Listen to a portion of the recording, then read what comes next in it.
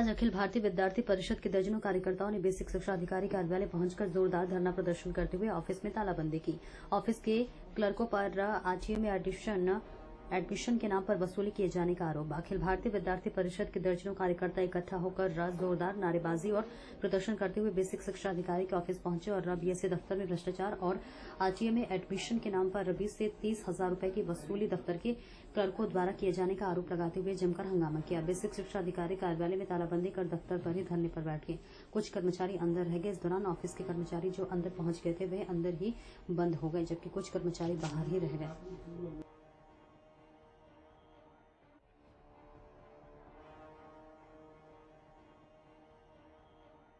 आज आप लोग यहाँ बीएससी ऑफिस धरना दे रहे हैं, क्या मामला है? मामला ये है, मेरा नाम सुधांशु चाहल है, ब्रांच सहमंत्री अखिल भारतीय विद्यार्थी परिषद। विषय ये है, जो आरटीई में यहाँ एडमिशन होते हैं सरकार के द्वारा, उत्तर प्रदेश सरकार के द्वारा, एक गरीबों के लिए योजना चलती है। बच्चा उसमें 1 से लेकर 8वीं तक पढ़ता है निःशुल्क।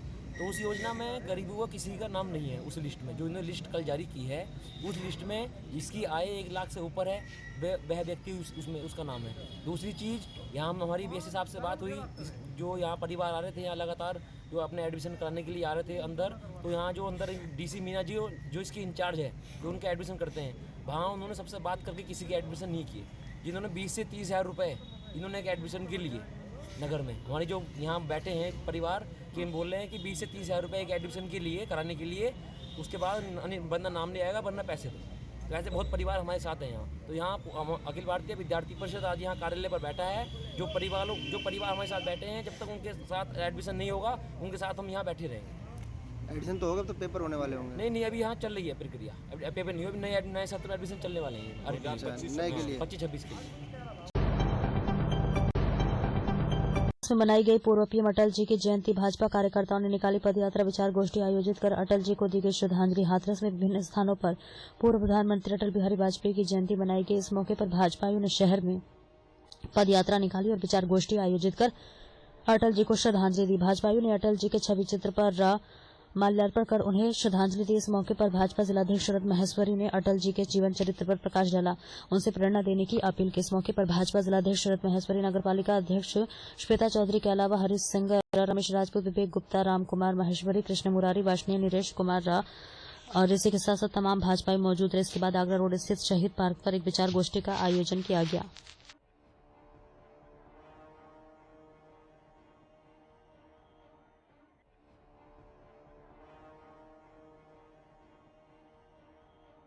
आज ये जन्म शताब्दी समारोह मनाया अटल जी का, क्या कहना चाहेंगे आप? देखिए, आज बड़े हर्ष का विषय है कि हमारी पार्टी के संस्थापक सदस्य और करोड़ों कार्यकर्ताओं के मार्गदर्शक, करोड़ों कार्यकर्ताओं के निर्माता, ऐसे हमारे अभिभावक पंडित श्री अटल बिहारी वाजपेयी जी की 100वीं जन्म जयंती का कार्यक्रम यहाँ किया गया, जो कि राष्ट्रीय नेतृत्व के आह्वान पर हम हर बार पंडित अटल बिहारी वाजपेयी जी का कार्यक्रम करते हैं। लेकिन इस बार बेहद आकर्षक और ये 100वीं उनकी जयंती स्वर्ण शताब्दी है, तो हम इसको धूमधाम से मनाने का काम कर रहे हैं। क्योंकि अपने हाथरस जिले का जिलाध्यक्ष होने के नाते मुझे पता है कि हर मंडल में हर बूथ पर एक कार्यक्रम कराना हमारी जिम्मेदारी है, और हर मंडल पर प्रत्येक बूथ पर भारतीय जनता पार्टी के कार्यकर्ताओं द्वारा पंडित अटल बिहारी वाजपेयी जी का जन्म जयंती कार्यक्रम मनाया गया, बड़ी धूमधाम से मनाया गया है। इस अवसर पर आपके चैनल के माध्यम से मैं सभी को बहुत बहुत शुभकामना देता हूँ। और आज उनके द्वारा जो इतने भी ऐतिहासिक कार्य किए गए थे उनके बारे में भी सब लोगों को पता था, लेकिन बार हमने पुनः सभी लोगों को याद भी दिलाया। ऐसे पंडित अटल बिहारी वाजपेयी थे, उनको हम सभी लोगों को नमन किया, और मैं भी उनकी जयंती पर उनको नमन करता हूँ। बहुत बहुत धन्यवाद। कल्याण शहर पूर्व के कुलसेवाड़ी पुलिस स्टेशन की हद में रहने वाली पीड़िता 13 वर्षीय बालिका सोमवार शाम से अपने घर से लापता हो गई थी। जब काफी तलाश करने के बाद वे नहीं मिली तो परिवारजनों ने कुलसेवाड़ी पुलिस स्टेशन में गुमशुदगी दर्ज कराई। इसके बाद पुलिस ने अपहरण का मामला दर्ज कर बच्ची की तलाश शुरू की तो उसका शव मिला। बच्चे का शव भिवंडी कल्याण सीमा पर मौजूद गंधारी पुल के पास मिला। पुलिस प्रशासन द्वारा जांच में ढिलाई का आरोप लगाते हुए पीड़ित परिवार से मुलाकात करके सांत्वना देकर बच्चे के सम्मान में राष्ट्र कल्याण पार्टी के अध्यक्ष श्री शैलेश तिवारी जी ने कोलसेवाड़ी पुलिस स्टेशन में धरने पर बैठे कल्याण पूर्व बलात्कार मामले में आरोपी को गिरफ्तार करने की मांग पर अड़े।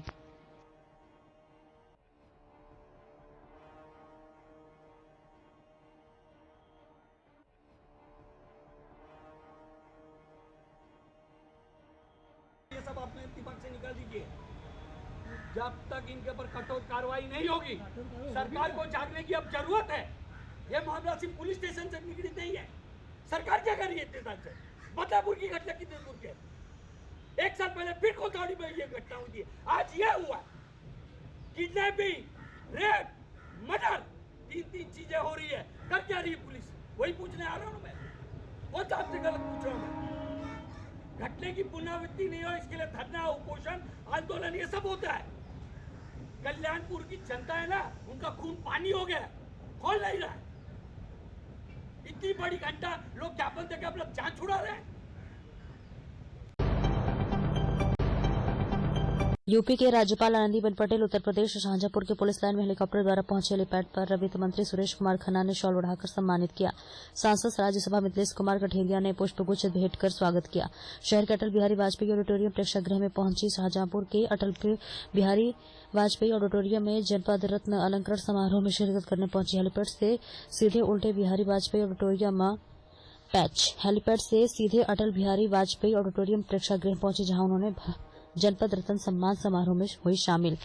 यूपी के वित्त मंत्री सुरेश खन्ना और राज्यसभा सांसद मिथिलेश अरुण कुमार, रसागर मेयर अर्चना वर्मा ने राज्यपाल का किया स्वागत। जनपद के सभी विधायक और कार्यक्रम में मौजूद रहे।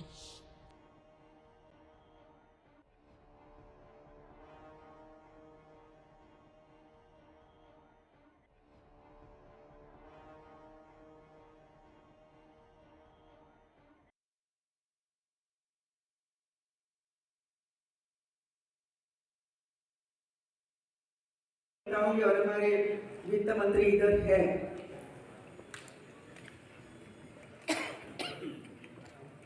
30 सितंबर एक ऐसा दिन है, 30 सितंबर तक जितने बच्चों का जन्म होता है वो बच्चों को 1 अप्रैल के दिन स्कूल में या तो आंगनबाड़ी में लाना ही चाहिए। बस इतना करो, इतना करिए।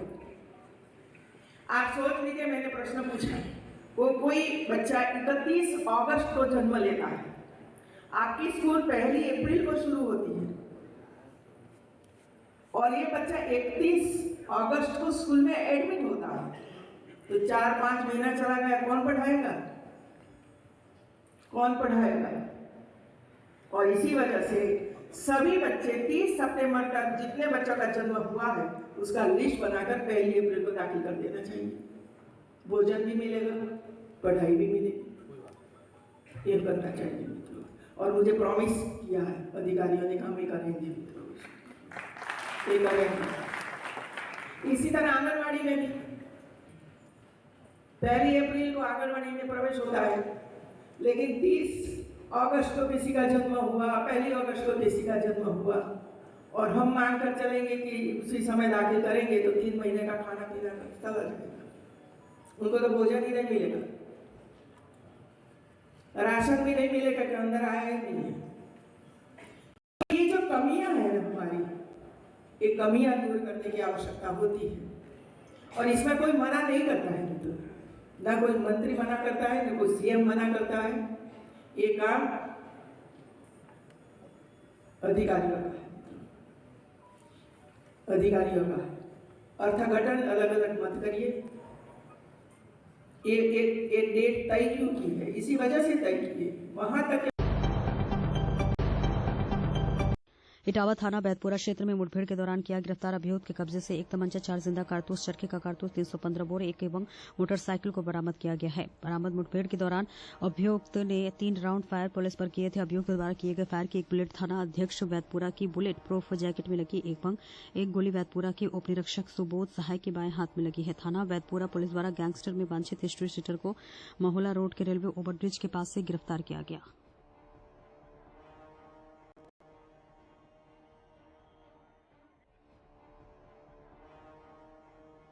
के आधार पर पुलिस टीम जो है एसओ बैतपुरा, उनकी टीम जो है एक मोटरसाइकिल से बदमाश भागने की सूचना मिल रही थी, जो कि गैंगस्टर में वांछित भी चल रहा था। पवन कुमार यादव नाम है उसका और लगभग 26 वर्ष उसकी उम्र है और गैंगस्टर में वांछित भी चल रहा था। 10,000 का इनाम भी था उसके ऊपर और उसके खिलाफ 13 मुकदमे हैं। एचएस भी है वो, और लूट, हत्या का प्रयास, फ्रॉड और आबकारी से लेकर के तमाम मुकदमे 13 मुकदमे से खिलाफ दर्ज हैं। पुलिस टिप ऑफ के आधार पर उसका पीछा करती है तो पुलिस पर फायर करता है। इसमें इसमें दो फायरिंग उसके जो है एक बुलेट प्रूफ जैकेट पर लगती है और एक दरोगा जी है सुबोध कुमार उनके हाथ में लगती है। इस प्रकार से दो लोग हमारे पुलिस के लोगों पर फायर करता है, जिसमें पुलिस जब आत्मरक्षा फायर करती है तो उसके बाएं पैर में गोली लगती है। पुलिस आवश्यक ट्रीटमेंट भी कराती है उसका और उसके बाद विधिक कार्रवाई करते हुए उसे गिरफ्तार किया है। पुलिस मुठभेड़ का मुकदमा दर्ज किया गया है थाना बैतपुरा में तथा उसके खिलाफ जो भी और भी मामले थे जिसमें वांछित था उसमें भी इसका रिमांड लिया जा रहा है। तो इस प्रकार से एक मुलजिम जो है जिसमें एचएस भी था और शातिर अपराधी है, 13 मुकदमे हैं, लुटेरा है और उसे गिरफ्तार किया गया पुलिस मुठभेड़ में तथा विधिक कार्रवाई करते हुए जेल भेजने की कार्रवाई की जा रही है। इसमें एक तमंचा बरामद किया गया है, मोटरसाइकिल बरामद की गई है और कारतूस है, खोखा कारतूस है 315 बोर के, ये सब बरामद किए गए हैं। और ये मोटरसाइकिल जो मिली है वो चोरी है, मैनपुरी की स्टैब्लिश की गई है, मैनपुरी में चोरी की गई थी। तो इस प्रकार से एक शातिर बदमाश को पुलिस मुठभेड़ में गिरफ्तार करके जेल भेजने की कार्रवाई इटावा पुलिस द्वारा सुनिश्चित की जा रही है। इससे पहले भी मुठभेड़ हो चुकी है पुलिस से? इससे पहले भी इस पुलिस मुठभेड़ हुई थी और ये एक शातिर बदमाश है, लुटेरा है और गैंगस्टर में वांछित भी चल रहा था। पूरा मनिया थाना पुलिस एवं डीएसटी टीम ने रात्रि को थाना क्षेत्र के टांडा गांव में खेत में संचालित हो रही अवैध हथियार बनाने वाली फैक्ट्री का पर्दाफाश किया है। मौके से 2 आरोपियों को गिरफ्तार कर पुलिस ने भारी तादाद में निर्मित एवं अर्धनिर्मित हथियार बरामद किए हैं। मनिया थाना प्रभारी नरेश शर्मा ने बताया कि आईजी भरतपुर रेंज राहुल प्रकाश एवं पुलिस अधीक्षक झौलपुर सुमित मेहराड़ा के निर्देशन में अपराधियों की धरपकड़ के विशेष अभियान चलाया जा रहा है। अभियान के अंतर्गत जिला पुलिस लगातार अपराधियों के खिलाफ कार्रवाई कर रही है। उन्होंने बताया स्थानीय पुलिस को मुखबिर द्वारा इनपुट प्राप्त हुआ कि टांडा गांव में खेत में बने एक कमरे में कुछ लोग अवैध हथियार बनाने का काम कर रहे हैं। सूचना के आधार पर स्थानीय पुलिस एवं डीएसटी टीम का गठन कर मौके पर कार्रवाई करने के लिए भेजा गया। पुलिस टीम ने मौके पर पहुंचकर हथियार बनाते हुए 45 वर्षीय केदार सिंह पुत्र रामेश्वर प्रसाद त्यागी के निवासी राजपुर एवं 34 वर्षीय थान सिंह उर्फ टीटू पुत्र राजेंद्र त्यागी निवासी टांडा को गिरफ्तार किया गया है। मौके से अवैध हथियार बनाने के उपकरणों 315 बोर की एक देसी सिंगल शॉट पौना राइफल, एक अर्धनिर्मित देसी कट्टा 315 बोर और 2 मिस कारतूस 315 बोर बरामद किए गए हैं। आरोपियों को गिरफ्तार कर पुलिस ने मुकदमा दर्ज कर लिया है। आरोपी हथियारों को कहां तस्करी करते थे इसकी जानकारी जुटाई जा रही है। अनुसंधान में हथियार तस्करी के बड़े मामले के खुलासे हुए हैं।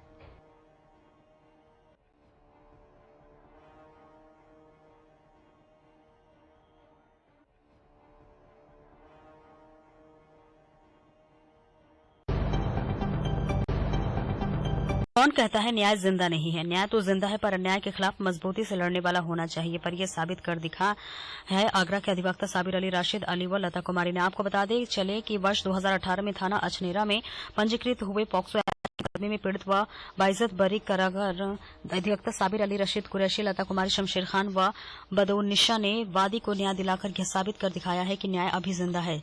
झूठे मुकदमे लगाने वाले पीड़ित को परेशान तो कर सकते हैं लेकिन पराजित नहीं। वर्ष 2018 से लगातार अन्याय के खिलाफ लड़ने वाले अधिवक्ताओं ने मजबूती से पैरवी करते हुए अपने वादी अब्दुल कलाम को न्याय दिलाकर महज 6 वर्ष की मेहनत व लगन के बाद उसे न्याय दिलाया है। न्याय पाकर पीड़ित अब्दुल कलाम ने अधिवक्ता साबिर अली राशिद कुरैशी, लता कुमारी व बदौनिशा को धन्यवाद दिया और कहा है कि लोग झूठा मुकदमा लिखाकर परेशान तो कर सकते हैं लेकिन अधिवक्ता अगर मजबूती के साथ पैरवी करे तो वह पराजित नहीं हो सकता। मैं न्याय पाकर बहुत ही खुश हूं और मुकदमा लिखे जाने के बाद मेरा कानून पर से विश्वास उठ गया था, पर आज न्याय पाकर मेरा न्याय करने वाले भगवान रूपी जज पर विश्वास जागा है।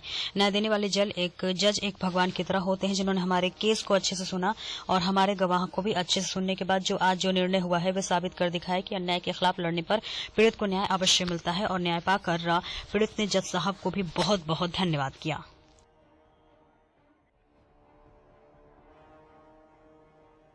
क्या नाम है? मेरा नाम लता कुमारी एडवोकेट है।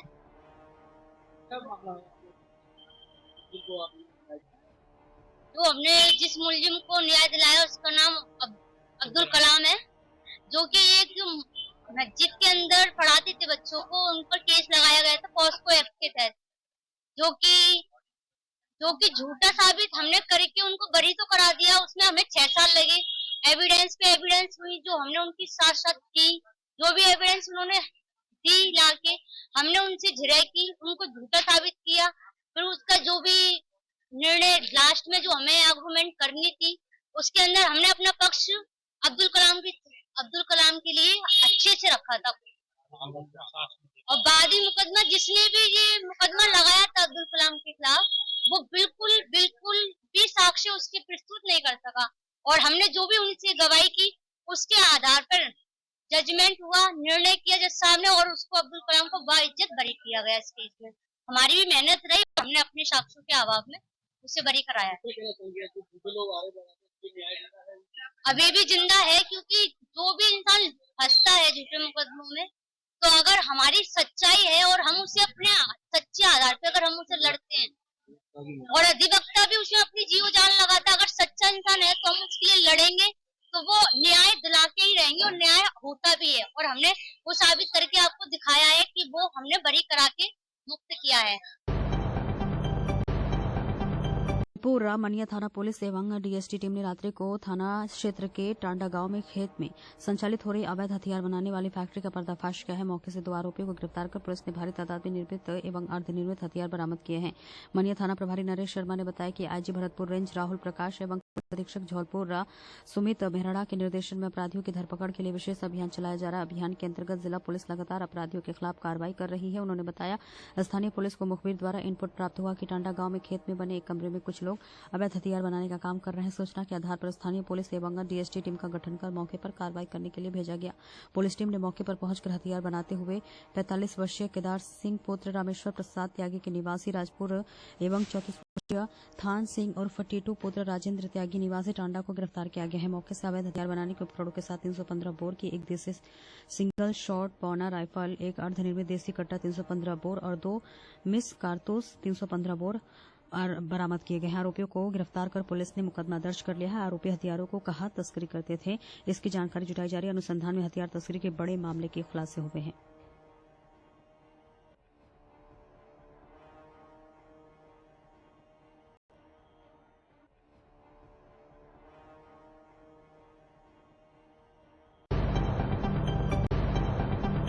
इटावा पहुंचे भाजपा धर्मवीर प्रजापति प्रभारी मंत्री का बयान समाजवादी पार्टी को लेकर कहा, जब से योगी की सरकार बनी है अगर हम उनकी योजनाओं का विस्तार से चर्चा करें तो सबसे ज्यादा अल्पसंख्यकों को योजनाओं का लाभ मिला है। कभी भी हमने योजनाओं का लाभ देने में भेदभाव नहीं किया।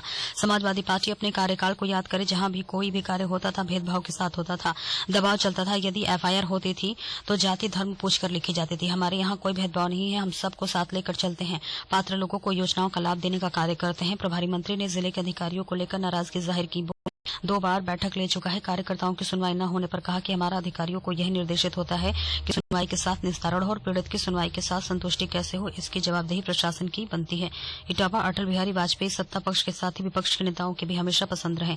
इटावा से ननिहाल के रूप में विशेष नाता। भाजपा पूरे देश में सुशासन दिवस के रूप में पूर्व प्रधानमंत्री भारत रत्न अटल बिहारी वाजपेयी की 100वीं जयंती मना रही है। उनके जन्म शताब्दी के मौके पर राष्ट्र निर्माण में उनके योगदान के लिए पूरे देश में अटल बिहारी को याद किया जा रहा है। अटल बिहारी की जन्म शताब्दी पर भाजपा जनपद इटावा संगठन द्वारा अनेकों कार्यक्रम आयोजित किए गए।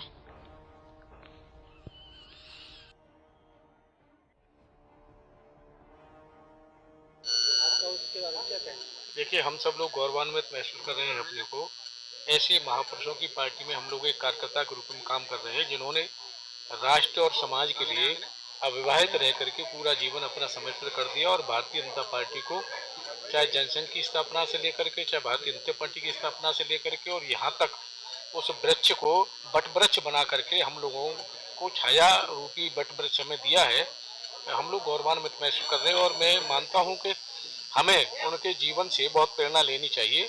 जिस तरह से स्वच्छता और पारदर्शिता के साथ उन्होंने अपना राजनीतिक जीवन जिया, 4 दशकों से ज़्यादा समय उन्होंने अपने लोकसभा में और राज्यसभा में दिया और उनसे प्रेरणा हम लोगों को लेनी चाहिए। जिस तरह से उनका वक्तव्य और रहता था, विपक्ष भी उनको शांति से सुनता था। ऐसे महापुरुषों की आज हम लोगों ने जयंती मनाई है और हम लोगों ने उनसे प्रेरणा ली है कि हम उनके ऐसे बताए हुए मार्ग पर चलें जिससे देश और समाज की सेवा कर सकें। अखिलेश जी एक बयान दे रहे हैं, जो लखनऊ में एक लॉकर चोरी हुई है, उसका कहना है कि समाजवादी पार्टी के द्वारा अभी तक ऐसा नहीं किया जो भारतीय जनता पार्टी के द्वारा लॉकर चोरी जिले लूट लसोट की जाए। वो अपने कार्यकाल को याद कर रहे हैं, जहाँ उत्तर प्रदेश में हर जिले में आए दिन कर्फ्यू रहते थे, आज दिन जाति झगड़े रहते थे, लेकिन उत्तर प्रदेश में आज तक योगी जी के नेतृत्व में जब से सरकार बनी है कोई जातीय दंगा नहीं हुआ, कहीं कर्फ्यू नहीं लगा और जहाँ भी कहीं कोई किसी ने अराजकता फैलाने का प्रयास किया है, शासन ने, सरकार ने उसके साथ सख्ती से कार्रवाई की है और जहाँ ऐसी कोई घटना होती है वहाँ सख्ती से कार्रवाई सरकार करती है और योगी जी के नेतृत्व में कानून व्यवस्था उत्तर प्रदेश में बहुत मजबूत है। इटावा ईसाई धर्म का प्रमुख त्योहार क्रिसमस बुधवार को हर्षोल्लास के साथ मनाया गया। तो वहीं क्रिसमस को लेकर शहर के क्राइस्ट द किंग चर्च में सोमवार को जोरों पर तैयारी चल रही थी। मंगलवार की रात से चर्च में कैरोल सिंगिंग के साथ क्रिसमस के कार्यक्रम शुरू हुए थे, जो कि बुधवार तक चला। क्रिसमस को लेकर चर्च को आकर्षक ढंग से सजाया गया है। वहीं यीशु के जन्म की झांकियां भी सजाई गई और जन्मोत्सव की खुशी में आतिशबाजी भी चलाई गई। सेंट मेरी इंटर कॉलेज के मैनेजर फादर बिम्बसन व प्रिंसिपल फादर सीजू जॉर्ज की देखरेख में पिछले कई दिनों से क्राइस्ट द किंग चर्च में क्रिसमस की तैयारियां चल रही थी। चर्च को जहां रंग बिरंगी लाइटों से सजाया गया है, वहीं प्रभु यीशु के जन्म से संबंधित कई मनोहारी झांकियां भी जैकब चाको के नेतृत्व में सजाई गई है। इस बार दीवारों पर इटली, इजराइल, पैलेस्टीन के लिए भी चित्र भी बनाए गए हैं। मैनेजर फादर बिन्सन ने बताया कि 24 दिसंबर की रात को 9 बजे कैरोल सिंगिंग के साथ क्रिसमस के कार्यक्रम की शुरुआत की थी। इसके बाद फादर सीजू जॉर्ज, फादर बिन्सन व फादर बिबिन के द्वारा विशेष प्रार्थना कराई गई और प्रभु यीशु के जन्म का संदेश सुनाया गया। पल्ली पुरोहित फादर बिन्सन की देखरेख में पूजा के सभी कार्यक्रम होंगे और रात 12 बजे शुरू किए गए। ये प्रभु यीशु का जन्मदिन मनाया गया। चर्च परिसर में ही बालक यीशु को लेकर जुलूस निकाला गया और इसके बाद बालक यीशु की प्रतिमा को चरनी में स्थापित किया गया। जिले के एकमात्र क्राइस्ट द किंग चर्च में ईसाई समाज के लोगों में क्रिसमस को लेकर काफी उत्साह। उनके द्वारा 1 दिसंबर से 25 दिनों तक का व्रत शुरू कर दिया गया है। तो वहीं आपको बताते चले कि मंगलवार की रात रोमन कैथोलिक समुदाय के लोगों ने यीशु का जन्मदिन मनाया और इस बार सीएनआई समुदाय भी 24 दिसंबर की रात 12 बजे के बाद यीशु का जन्मदिन मनाने में लगे हुए थे, जबकि 25 दिसंबर को सुबह सीएनआई समुदाय के द्वारा पेपर आयोजित की जाएगी। पादरी विनियामिन दास प्रेयर कराकर शुरुआत की क्रिसमस को लेकर परिसर में प्रभु यीशु के जन्म की झांकियां सजाई गई है।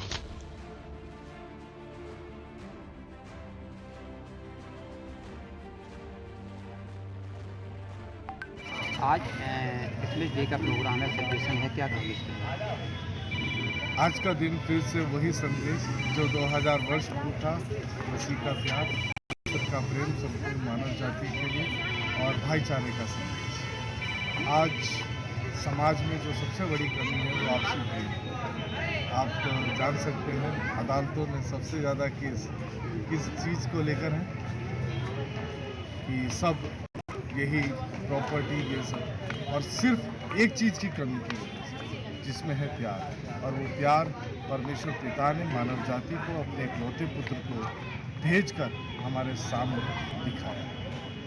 तो यही संदेश इस वर्ष भी हम देना चाहेंगे कि लोग आपसी प्रेम में भाईचारे की भावना को बनाकर रखें और जैसा यीशु मसीह ने सेल्फलेसली इस संदेश को दिया और जितना भी समय यीशु मसीह ने इस धरती पर बिताया वो लोगों से प्यार करता रहा, उनकी ज़रूरतों को पूरा करता रहा। और अब ये अवसर हमारा है कि हमें उस काम को जो वो प्रेम वो करता था वो प्रेम हमको बांटे।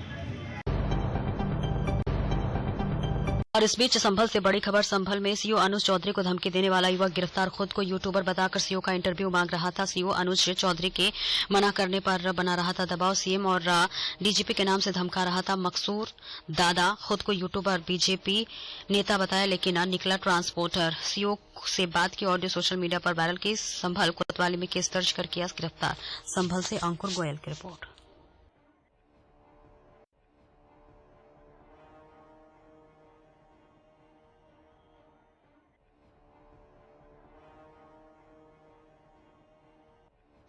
वायरल होने की टाइम मेरा यूट्यूब चैनल है, फेमस होने की टाइम कहना अब मैं कहूँ सर गलती बहुत बड़ी गलती हो गई सर मुझसे। मेरा चैनल था, इस वजह से मैंने सोची कुछ उड़ जाना चैनल मशहूर रहा के नाम से, इसलिए सर करी थी। और किसी का फोन करा सर? मैंने करा था, आपको करा था और सर को करा था, तो मुराद करा था। बस ये मेरी गलती है सर। धौलपुर जिले के बाड़ी शहर की कृष्णा कॉलोनी में एक बार फिर से जरह का मूवमेंट देखा गया है। बाड़ी शहर की कृष्णा कॉलोनी निवासी डॉक्टर आशुतोष शर्मा ने बताया कि देर रात को करीब 1 बजे आसपास कुत्तों और उनके बच्चों के लगातार भौंकने पर जब उन्हें खिड़की से बाहर देखा तो जरख गले में घूम रहा था, जिस पर कुत्ते और उसके बच्चे लगातार चिल्ला रहे थे। जरख के देखने के बाद उन्होंने इसका वीडियो कैमरे में कैद कर लिया और आसपास के घरों में लोगों को फोन से सूचना दी। इसके बाद कॉलोनी के लोग एकत्रित हो गए। जरख जंगल में भाग गया। मामले को लेकर उन्होंने देर रात जंगलात विभाग के अधिकारियों को सूचना दी। उन्होंने प्रशासन से मांग की है कि जरख का ये आतंक पिछले 3 महीने से बना हुआ है, जिसको पकड़ने के लिए जंगलात विभाग कोई ठोस कार्रवाई नहीं कर रहा। बाड़ी शहर के वार्ड नंबर 42 के पार्षद ठाकुर रुक्मपाल सिंह जादौन के साथ कॉलोनी निवासी जगदीश प्रसाद, माता प्रसाद सेठ, बाबूलाल कपरेले, शरद चौहान, श्री गोपाल तिवारी, नीलम देवी, पुष्पा एवं अन्य लोगों ने बताया कि कॉलोनी के पास से रेलवे स्टेशन के आसपास काफी जंगल है, जिससे कि ये जरख और उसके बच्चे रहते हैं, जिनको पकड़ने के लिए कई बार जंगलात विभाग को अवगत कराया गया। उन्होंने बताया कि जंगलात विभाग ने 1 महीने पहले जरख की मूवमेंट पर एक पिंजरा भी लगवाया था, लेकिन उसके बाद कोई ध्यान नहीं दिया गया। अब जरख एक बार फिर से मूवमेंट में है, इसको पकड़ा जाना जरूरी है, क्योंकि इससे छोटे बच्चों को और बड़े बुजुर्गों को खतरा है। जंगलात विभाग के रेंजर नकुल शर्मा ने बताया कि जरख को पकड़ने के लिए पूर्व में भी प्रयास किया गया और एक बार फिर से प्रयास किया जाएगा। जरख आदमखोर नहीं होता और किसी पर बेवजह हमला नहीं करता, डरने की जरूरत नहीं है। रात को हमारा लड़का आ रहा था, रात को गली में उसको मिला है। हमारा बच्चा दुकान से आता है रात को लेट, और रात को गली में मिला है उसे, लेकिन वो अपनी जान बचाकर भागा वो। बस साहब यही है। रोज 11 बजे आते हैं? रोज 11 बजे डेली। काम ही हमारा ऐसा, क्या करें। नहीं, वन विभाग को टीम को फोन किया? वन विभाग को टीम को फोन किया तो उन्होंने तो ये कही साहब कि डंडा ले आओ साहब, टॉर्च ले आओ साहब। अब हम कहाँ से ला के दें? आई जाए तो हमसे कह के चले गए, क्योंकि अब दोबारा आए तो फोन कर देना। बस ये कह के चले गए। तो पल्ला था झाड़ के कुल मिला के बाजी है। क्या नाम है आपका? भगवान। पीलीभीत से बड़ी खबर। पुलिस एनकाउंटर में ढेर 3 आतंकियों को कनेक्शन का मामला। 3 आतंकियों को पुरनपुर क्षेत्र के 2 युवकों ने होटल पहुंचाया। आतंकवादियों को पहुंचाने वाले दोनों युवकों को पुलिस ने हिरासत में लिया। पुरनपुर क्षेत्र के गजरौला जपपति के रहने वाले हैं दोनों युवकों के साथ अगर हम बात कर लें, तीनों आतंकियों के सीसीटीवी फुटेज मिले हैं। बिना हथियारों के साथ होटल पहुंचे तीनों खालिस्तानी आतंकी 2 AK-47, 2 ग्लॉक पिस्टल कारतूस छिपाकर होटल आए। आतंकियों ने बलिया के फर्जी पते की आईडी होटल में दी। होटल के मैनेजर को पुलिस ने पूछताछ के लिए हिरासत में लिए। NIA ATS ने पूरनपुर क्षेत्र के गुरुद्वारे के ग्रंथी को हिरासत में लिया। सूत्रों के हवाले से खबर। पूरनपुर क्षेत्र होटल हरजी के कमरा नंबर 105 में रुके तीनों आतंकी।